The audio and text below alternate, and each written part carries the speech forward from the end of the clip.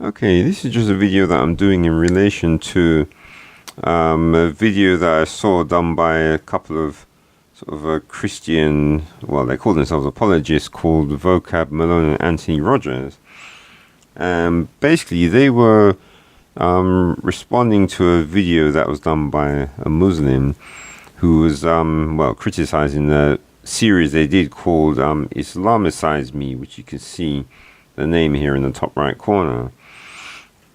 And basically what they're doing is they're in this clip from that video, what they're doing is they're explaining something that they imply that Muslims do, called where they can take wives from their captives, and it's called having mut'a wives. Well, not necessarily captives, but they can have temporary marriages, I should say. And what I'll do is I'll show you this clip shows something that the Muslim guy said, and then you'll be able to hear what their response is as well. So they're going to speak a bit at first. So if you listen to what they say first, it's a bit out of sync at the beginning, but it'll sync up later. All right, so let's play the next clip here that he mentions some specifics here from Islamicize Me. It has to do with mut'a. Here we go, everybody. The next video, they made many stupid videos. The other video they had, which is they kind of play that Muslims do mut'a. Muslims do not do mut'a. That is a Shia branch of the Muslims, which has nothing to do with the mainstream Muslims. Mut'a is not acceptable. So what they do, this David Woodfellow, he goes on the phone and he calls a mut'a agency. He calls a mut'a agency, then they call a woman in and they do the mut'a, and then they call in a pump. And then they fight with a pump. Come on, what are you talking? This is not the Islam the Muslims know about. No Muslims do this. Mut'a agency, fight with a pimp. It's funny, I like how he says, this is not part of Islam. Muslims don't do this. That's only Shiite Muslims. Wait? Well, so that means some Muslims do this. Yeah. Well, and also... Go ahead. And so notice what they're trying to imply there is that the Muslim guy is saying is not true. But as we'll find out later, there's a reason why the Muslim guy is saying what he's saying. But what is surprising is that these guys, as you'll find, haven't actually done their research properly. So I'm just going to see what they're saying now, but I'm going to skip ahead a little bit. Also, he's kind of he's playing a shell and pea game here. The point that you guys made in the video is that Muhammad taught it, and then yes. of course you're acting it out as his his teachings. But okay, so now that's actually, see, he's made a bit of a mistake there, because he said as Muhammad taught it, but as you'll see later on, Muhammad then actually forbade it. And the thing is, Muhammad forbade it before they actually did their video.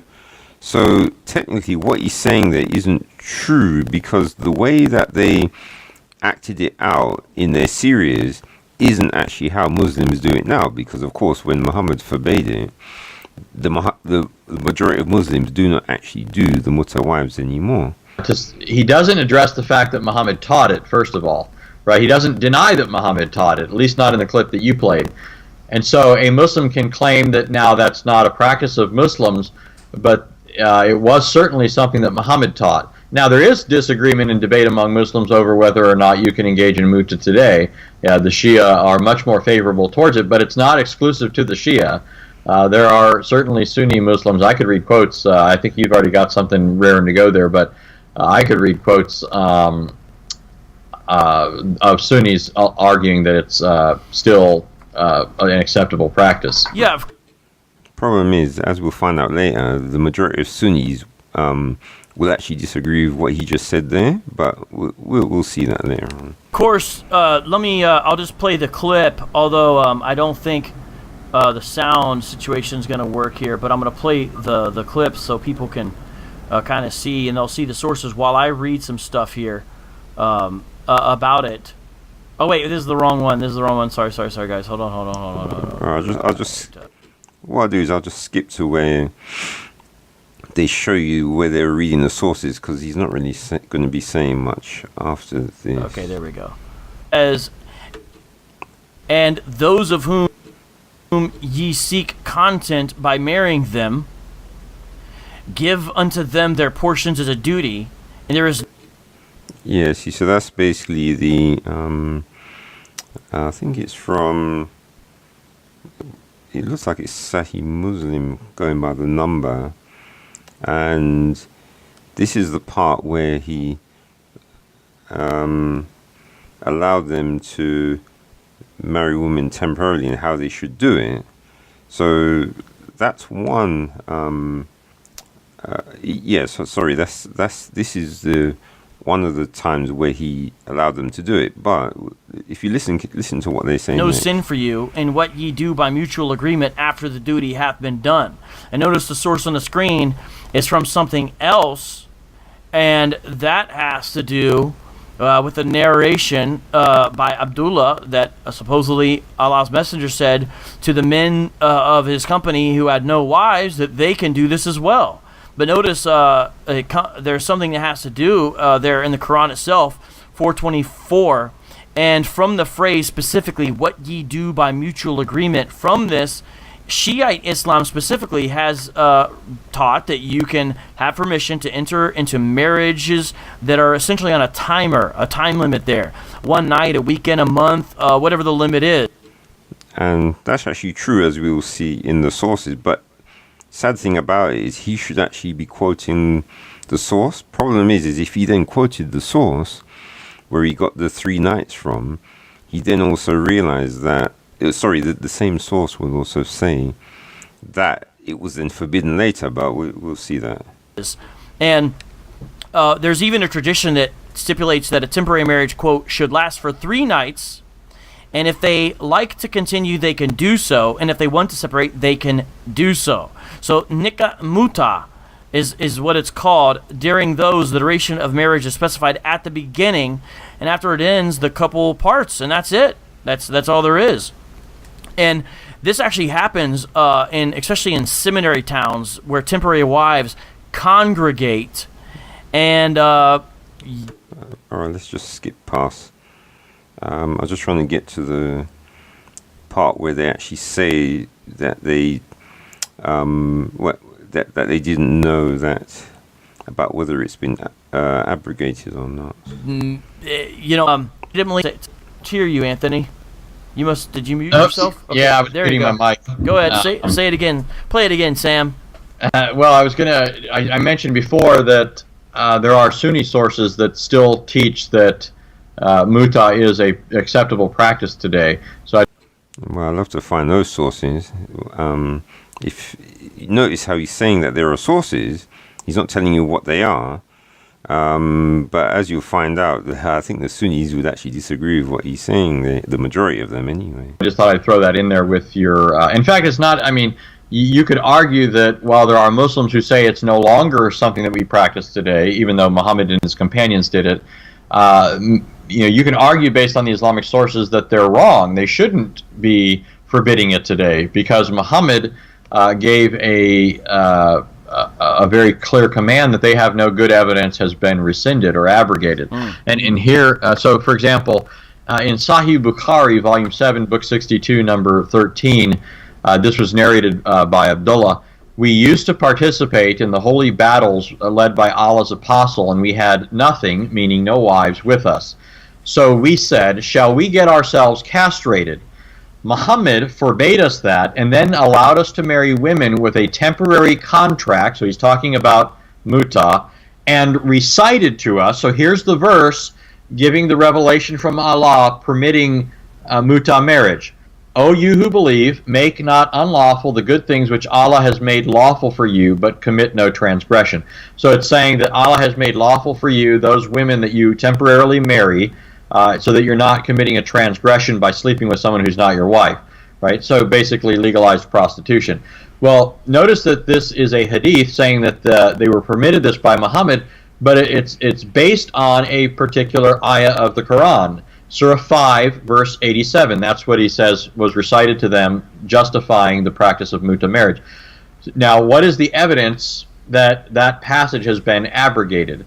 Now, I grant that in the Islamic sources there is a teaching of abrogation. Muhammad did teach that certain commands that were given earlier could be trumped or negated by a later revelation of Allah. But what later revelation of Allah is it that has set aside Surah 587? I haven't seen it, and so there are a number of Sunni Muslims who argue on the basis of this that mut'a is still acceptable if they want to engage in it. Notice he said there, it's the surah, the 587 is the one that allowed temporary marriages. All the surah actually says is just don't make unlawful what Allah has made lawful. So that's all it actually says. It doesn't actually say that temporary marriages are lawful.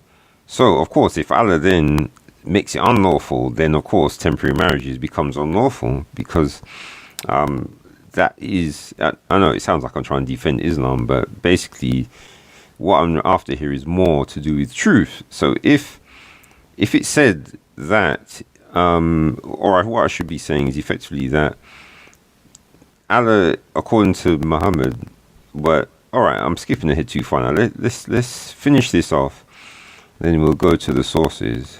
And what they do is they simply go to a Shia area and do it. Radical Moderate says there actually are mut'a agencies. And actually says there's an actual website called mut'a. Guys, don't go there. Yes, it's the way that they make fun of it, and this is the problem that Muslims have, is the way that they try to joke about it.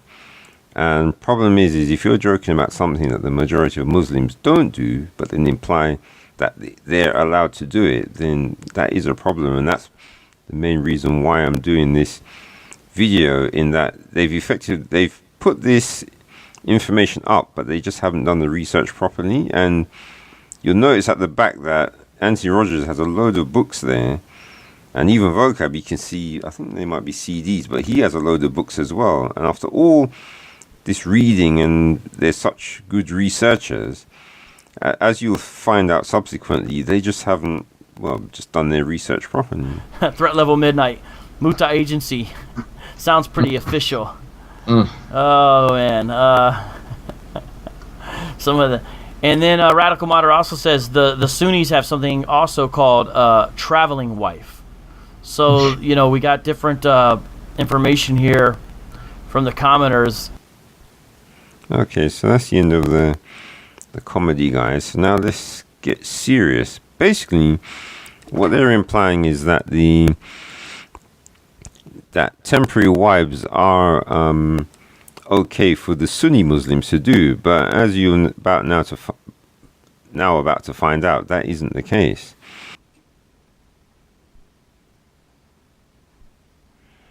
Okay, so now here are the hadiths that I was promising, or the information that I was promising anyway. Right, so basically these are the ones that I managed to find, and this first one is from Sahih Muslim. So this is chapter 17. It's about performing Hajj and Umrah separately. So now this looks pretty tame, but if you read down, it says Abu Nadra reported Ibn Abbas commanded the performance of mut'a, putting ihram for Umrah during the months of Dhul Hijjah, and after completing it, then putting on Ibrim for Hajj. But Ibn Zubair forbade to do it. I made a mention of it to Jabir b. Abdullah, and he said, it is through me that this hadith has been circulated.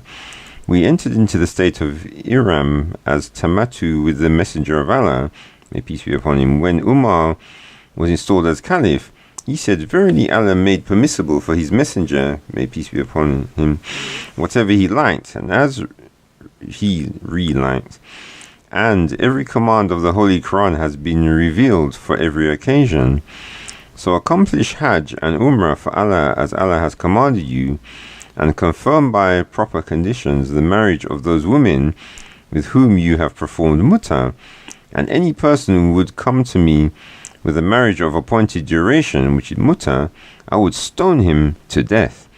Qatada narrated this hadith with the same chain of transmitters, saying that Umar also said, separate your Hajj from Umrah, for that is the most complete Hajj, and complete your Umrah.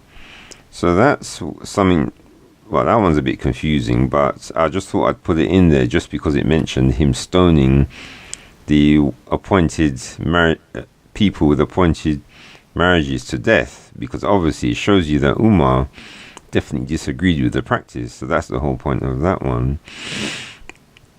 And this one's a bit, this one's Sahih Muslim, book 7, number 2819, and it says, Abu Dar, Allah be pleased with him, said, 2 other mut'as which were not permissible but only for us, i.e. temporary marriage with women and tamattu in Hajj. So that sounds good. Obviously Vocab Malone and Anthony Rogers would be happy with that one. 2 other, oh well, it says not permissible. Yeah, I misread that actually. So but of course what they say there is, well, it's not the Prophet of Allah that said it, so maybe someone just made that up. So next one is Sahih Muslim, book 7, number 2874.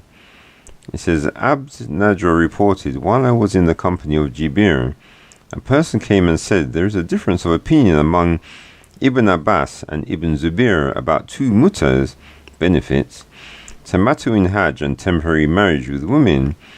Whereupon Jabir said, we have been doing this during the lifetime of Allah's Messenger, may peace be upon him, so they'll be happy of that. So they could use that as evidence for it.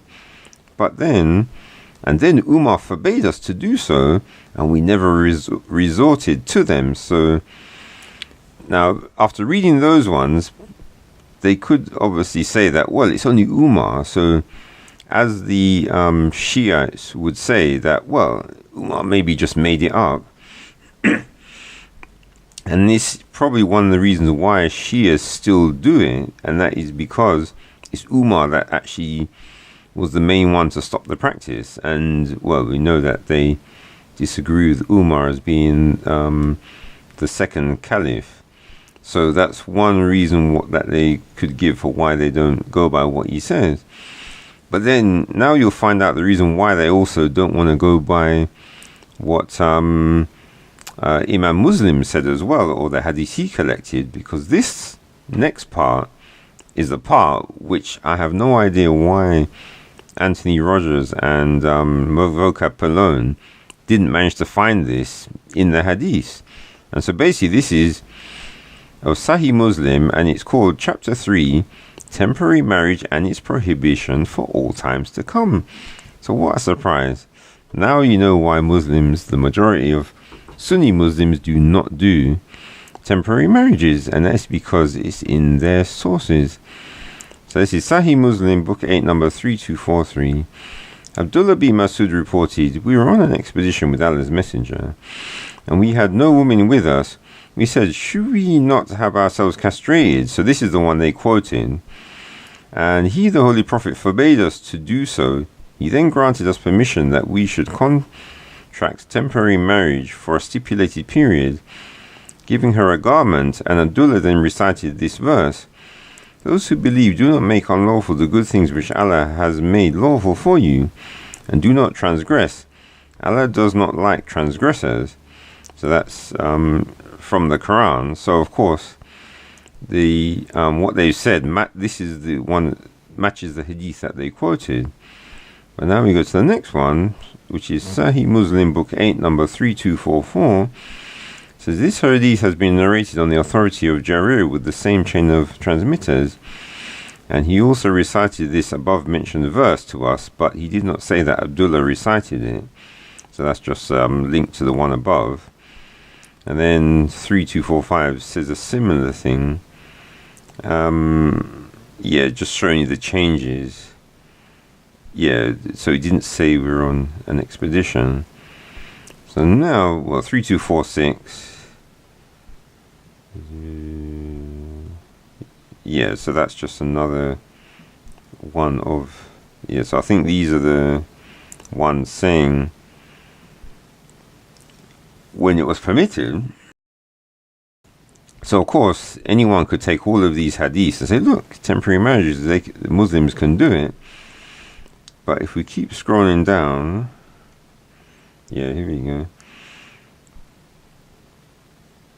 Mention of remedy, yes. Yeah, so this is Umar. Oh no, sorry.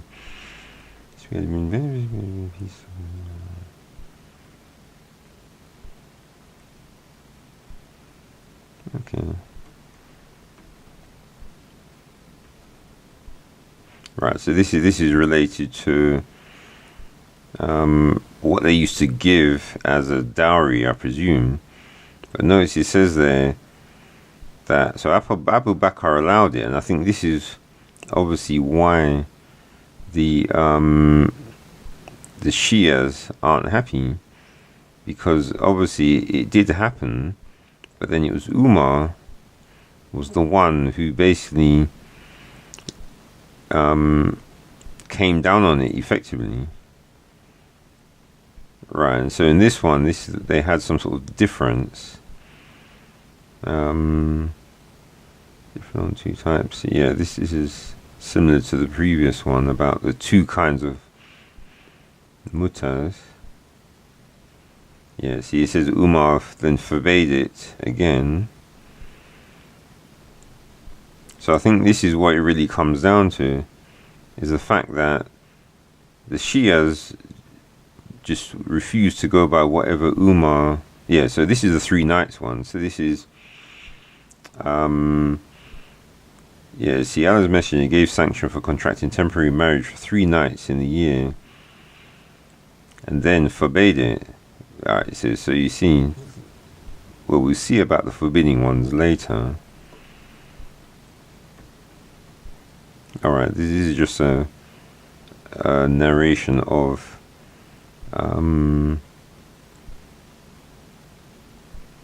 what they. Oh yeah, this is just a long one where they just describe what they did.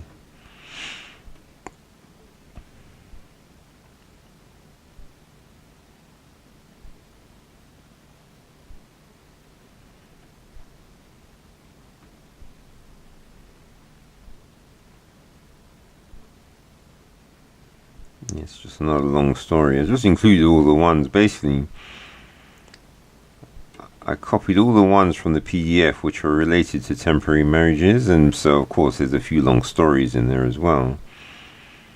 But notice what it says here, that it says, so I contracted temporary marriage with her, and I did not come out of this until Allah's Messenger, may peace be upon him, declared it forbidden. So I can see where the confusion comes from. So this one is saying Allah's Messenger declared it forbidden, but then Abu Bakr still allowed it. So I can see why. Yeah, so it looks like this. There is a confusion regarding it, but it's quite obvious that Imam Muslim, as far as he's concerned, it's forbidden without question.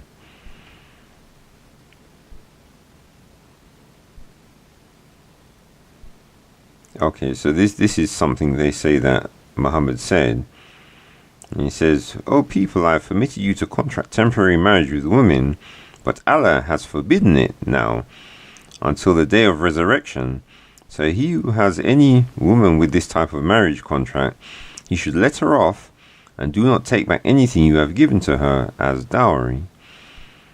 So, of course, the Shias won't like that one.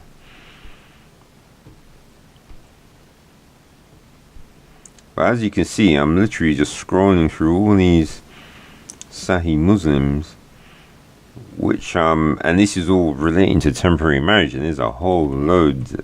I mean, it takes ages to scroll through all this, but I'm going to scroll through the whole lot. So in case you want to pause the video and then actually read what it says, or you can do it in slow motion, because some of these just go on forever and explain about the temporary marriages. So when Anthony Rogers said they couldn't find any sources relating to it being forbidden, well, I've got no idea how they couldn't find this, because it just takes forever to scroll through all this.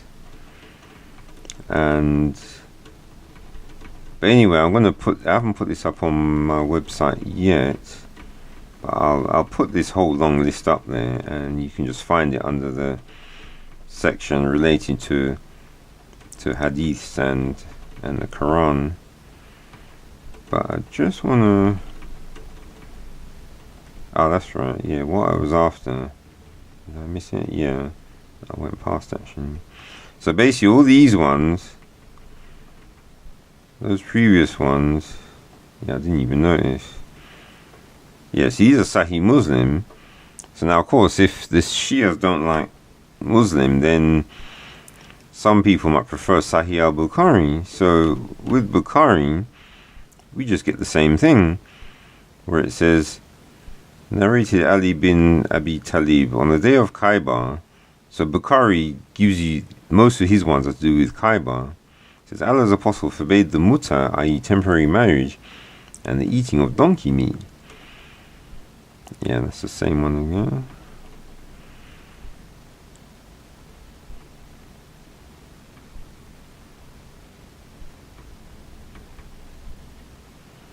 Yeah, so this is Khaybar again, I presume.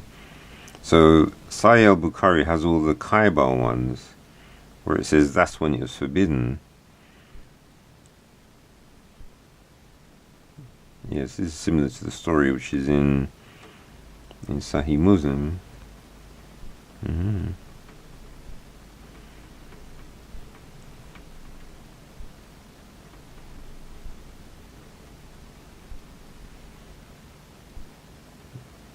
Yeah, see, Battle of Khaybar. So this, yeah, okay, that's the end of that. So basically, this is one reason why you can see why the Shias don't like Imam Muslim or Imam al-Bukhari, because they wouldn't be able to do their temporary marriages if they actually agree with the things that they've, the narrations that they've, well, validated, or, you know, they put into their writings anyway. So basically, that's just a list of all the ones that I managed to find. So I have no idea how Anthony Roger could say he doesn't know of any sources relating to mut'a marriages basically being forbidden. But there you go, these are the ones I found, and I think there's even some others, but I just didn't have the time to be searching all the way through. So hopefully, if there are any other Christians out there that want to sort of say things against the Muslims, if they at least do the proper research first before they say anything, then at least it won't, you know, at least it can show that we're actually willing to do the proper studying to know that whatever we're saying is the correct thing. Okay, see you.